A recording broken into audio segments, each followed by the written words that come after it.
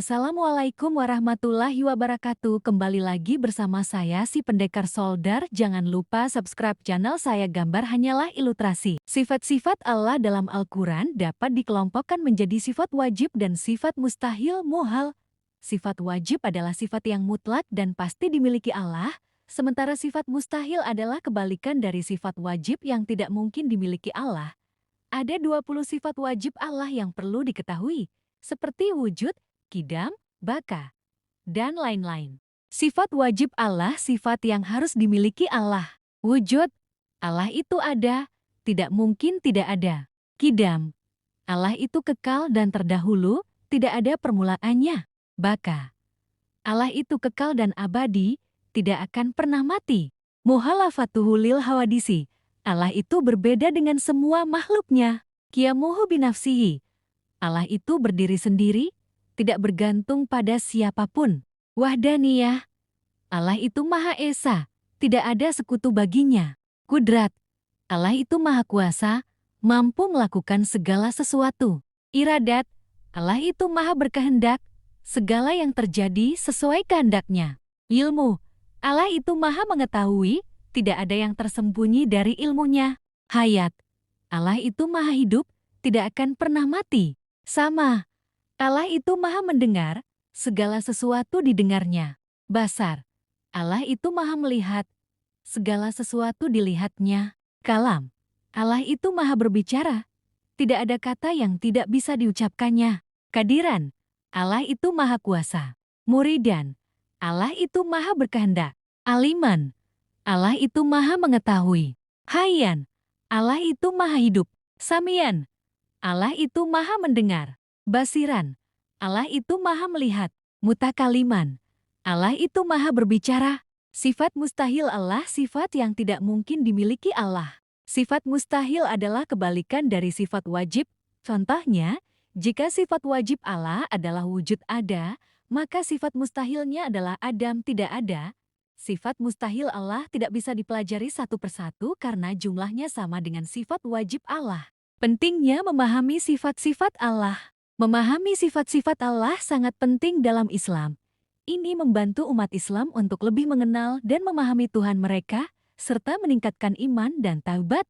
Dengan memahami sifat-sifat Allah, seseorang dapat memahami bahwa Allah adalah zat yang sempurna, tidak ada kekurangan sedikit pun padanya.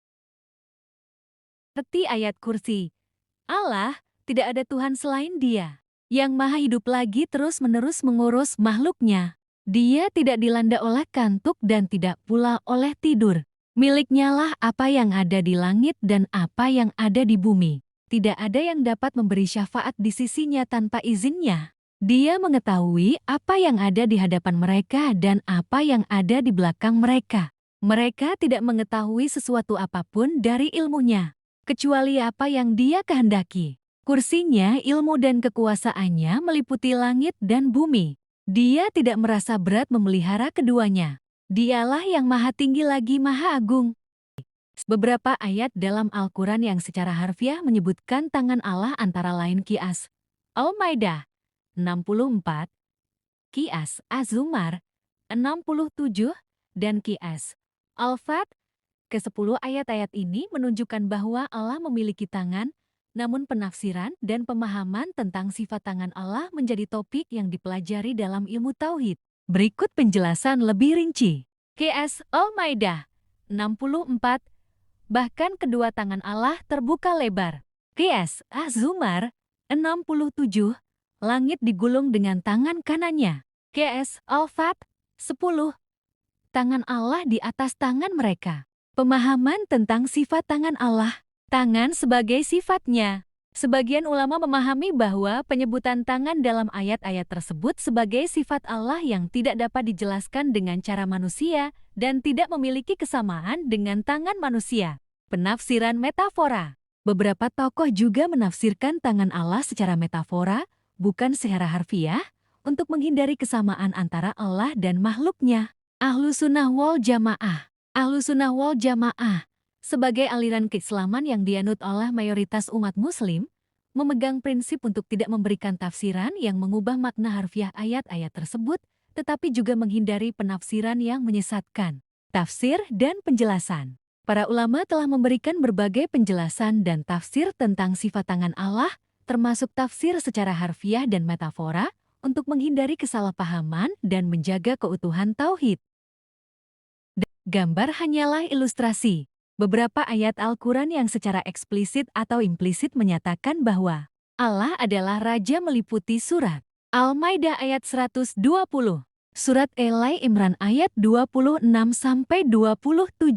surat Taha ayat 114, surat Al-Hasr ayat 23, dan surat Al-Baqarah ayat 107. Elaborasi, surat Al-Maidah ayat 120. Milik Allah kerajaan langit dan bumi dan apa yang ada di dalamnya. Dan Dia Maha Kuasa atas segala sesuatu. Ayat ini menegaskan bahwa Allah memiliki kerajaan dan kekuasaan atas segala sesuatu, termasuk langit, bumi, dan segala isinya. Surat Ali Imran ayat 26-27. Katakanlah, wahai Tuhan yang mempunyai kerajaan, Engkau berikan kerajaan kepada orang yang Engkau kehendaki dan Engkau cabut kerajaan dari orang yang Engkau kehendaki. Engkau muliakan orang yang Engkau kehendaki dan Engkau hinakan orang yang Engkau kehendaki. Di tangan Engkaulah segala kebajikan. Sesungguhnya Engkau Maha Kuasa atas segala sesuatu. Engkau masukkan malam ke dalam siang dan Engkau masukkan siang ke dalam malam. Engkau keluarkan yang hidup dari yang mati, dan Engkau keluarkan yang mati dari yang hidup. Dan Engkau beri rezeki siapa yang Engkau kehendaki tanpa hisab batas.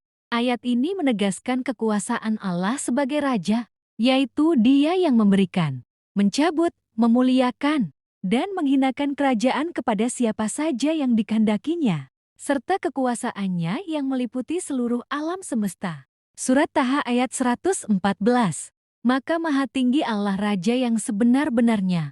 Ayat ini secara eksplisit menyebut Allah sebagai Raja yang sebenar-benar Raja. Surat Al-Hasr ayat 23.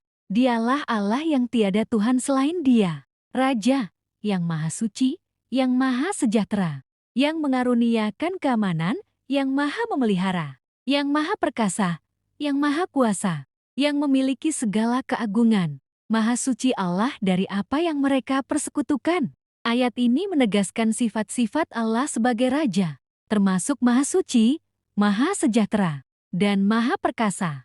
Surat Al-Baqarah ayat 107. Apakah engkau tidak mengetahui bahwa Allah memiliki kerajaan langit dan bumi? Ketahuilah bahwa tidak ada bagimu pelindung dan penolong selain Allah.